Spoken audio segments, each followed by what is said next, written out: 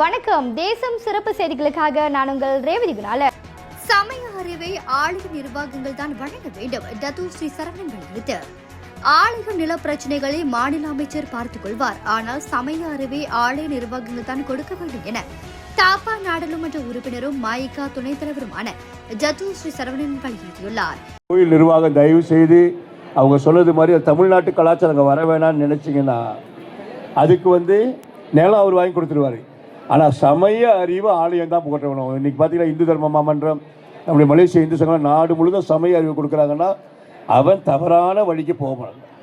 மதம் மாறினவனுக்காக மண்பு குலசேகரன் பல முறை போராடி இருக்கார்.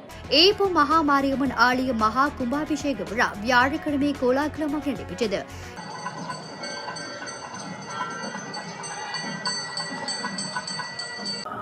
என் பெயர் திருமதி ஆர் ஞானசேகரி. நான் இங்கே புந்தோங் பகுதியில் தான் இருக்கிறேன். மகா மாரியம்மன் ஆலய கும்பாபிஷேகத்துக்கு வந்தேன். ரொம்ப சிறப்பாக நடந்துச்சு. நிறைய பேர் வந்திருந்தாங்க. நம்ம இந்த புந்தோங்கில் இது ஒரு தாய் கோயில்னு சொல்லுவாங்க. இந்த கும்பாபிஷேக விழாவில் கலந்து கொண்ட மாநில அமைச்சர் டத்து சிவனேசன் ஆலய நில பிரச்சனைகளை பற்றி பேசினார். மாநில அமைச்சராக இருக்கும் அவருக்கு தான் தெரியும் இதில் உள்ள பிரச்சனைகள். இருந்தாலும் இந்தியர் என்ற முறையில் பல்வேறு முயற்சிகளுக்கு மத்தியில் அவர் ஆலயங்களுக்கு நிலத்தை பெற்றுத் தருகிறார். நிலத்தை அவர் பெற்று தந்தாலும் சமய அறிவை ஆலய நிர்வாகங்கள் தான் கொடுக்க வேண்டும். இல்லை என்றால் நம் இளைஞர்கள் மத்தியில் சமய விழிப்புணர்வு இல்லாமல் போய்விடும். ஆக இவ்விவகாரத்திற்கு ஆலய நிர்வாகங்கள் உரிய நடவடிக்கைகளை எடுக்க வேண்டும் என டத்து ஸ்ரீ சரவணன் கேட்டுக்கொண்டார்.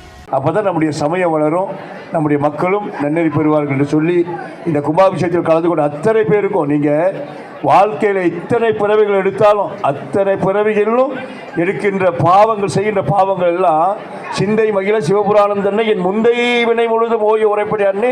இதுக்கு முத்தனை பிறவி இருக்குல்ல, புல்லாகி புழுவாய் பூடாய் மரமாகி பல்விருகமாகி பறவையாய் பாம்பாகி கல்லாய் மனிதராய் பேயாய் கணங்களாய் பல் அசுரராகி முனிவராய் தேவராய் செல்லான் என்ற தாவர சங்கமத்துள் எல்லா பிறப்பும் பிறந்தலைச்சர் எம்பெருமானே. அத்தனை பிறவிகள் நீங்கள் செய்கிற பாவமும் ஒரு கும்பாபிஷேகம் பார்த்தீங்கன்னா தீர்ந்து போய்.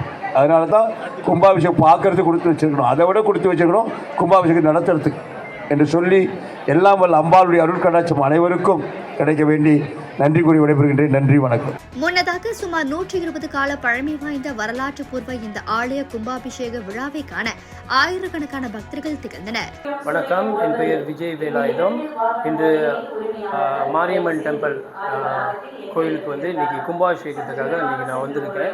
ஸோ இன்றைக்கி ஒரு இந்து மதத்தினராக இந்த கோயிலுக்கு வந்திருக்கிற காரணம் இந்த 12 வருஷம் கழித்து கும்பாபிஷேகம் மிக விமர்சனையாக நடைபெறுது.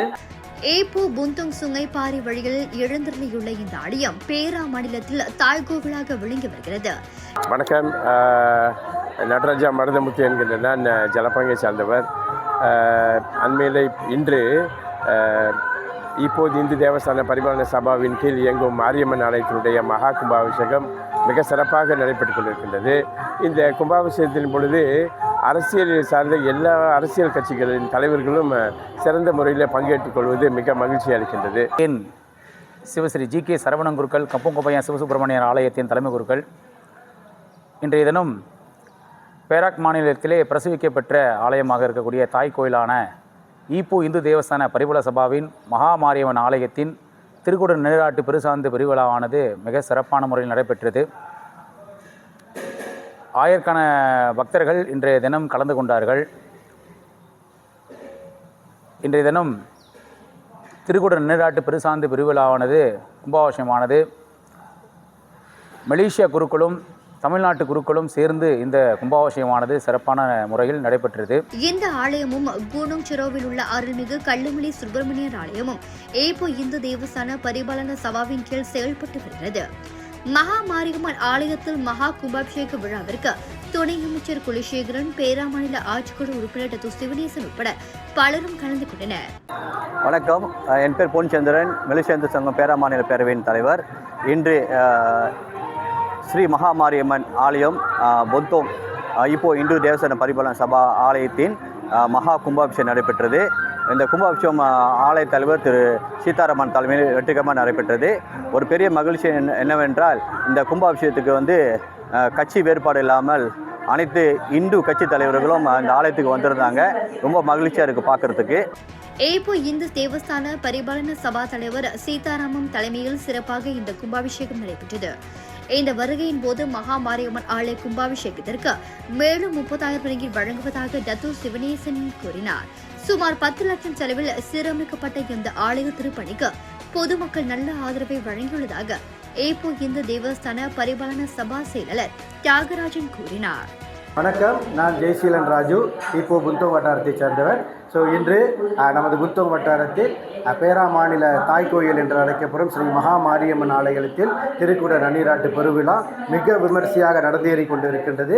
அவ்வகையில் 120 ஆண்டுகளுக்கு மேலான பழமை வாய்ந்த இந்த ஆலயத்தில் 12 ஆண்டுகளுக்கு ஒரு முறை நடைபெறும் இந்த கும்பாபிஷேகத்தில் கலந்து கொள்ள பக்தமகி என்பவர்கள் திரளாக வந்து கலந்து கொண்டிருக்கின்றார்கள்.